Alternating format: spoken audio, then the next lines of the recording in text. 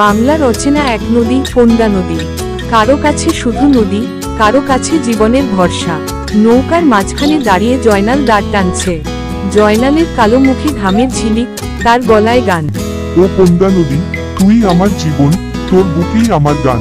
হালিমা চুলায় রান্না করছে, মোবারক পড়তে বসেছে কিন্তু ছেঁড়া খাতা। জয়নাল, বাবা, দাঁত ধরা জীবন তোর জন্য না, তুই বই ধর, মানুষ হ। দিনের বেলা নদীর ঘাটে মানুষ ভিড় করেছে। যাত্রীরা উঠছে, কেউ বাজারের ঝুড়ি নিয়ে, কেউ স্কুলে যাচ্ছে।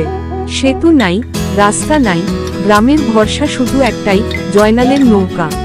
কালো মেঘে ঢাকা আকাশ, নদীর জল ফুলে ফেপে উঠছে। বিদ্যুৎ চমকাচ্ছে, ঢেউ আছড়ে পড়ছে নৌকার গায়ে।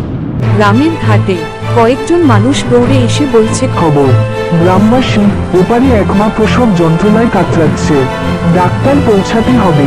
সবাই ভয় পাচ্ছে। জয়নাল দাঁড় হাতে উঠে দাঁড়িয়ে বলল, মানুষ বাঁচাইতে যদি মাঝি ভয় পায়, তবে মাঝি নামের মান থাকে।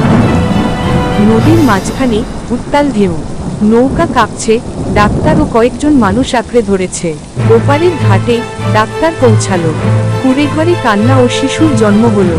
নতুন প্রাণ পৃথিবীতে এলো মাঝির দ্বারের জোরে। ফেরার পথে নদীর বুকে ঝড় উঠল, আবার প্রবল হয়ে নৌকা উল্টে যাচ্ছে। নীরব নদী, সকালে কুয়াশা। ঘাটে জয়নালের ভাঙা দাঁড় পড়ে আছে, হালিমা ও মোবারক কাঁদছে। জয়নাল মাঝি বেঁচে থাকেনি, কিন্তু তার নাম থেকে গেল নদীর ঢেউয়ে। বছর কেটে গেছে, নদীর পাড়ে নতুন স্কুল। মোবারক শিশুদের পড়াচ্ছে, দেয়ালে লেখা জয়নাল মাঝি স্মৃতি বিদ্যানিকেতন। নদী শুধু জীবন নয়, নদী ত্যাগের প্রতীক। জয়নাল মাঝি ছিলেন পদ্মা নদীর আত্মা। আপনার একটা শেয়ার আমার জীবন পাল্টে যেতে পারে।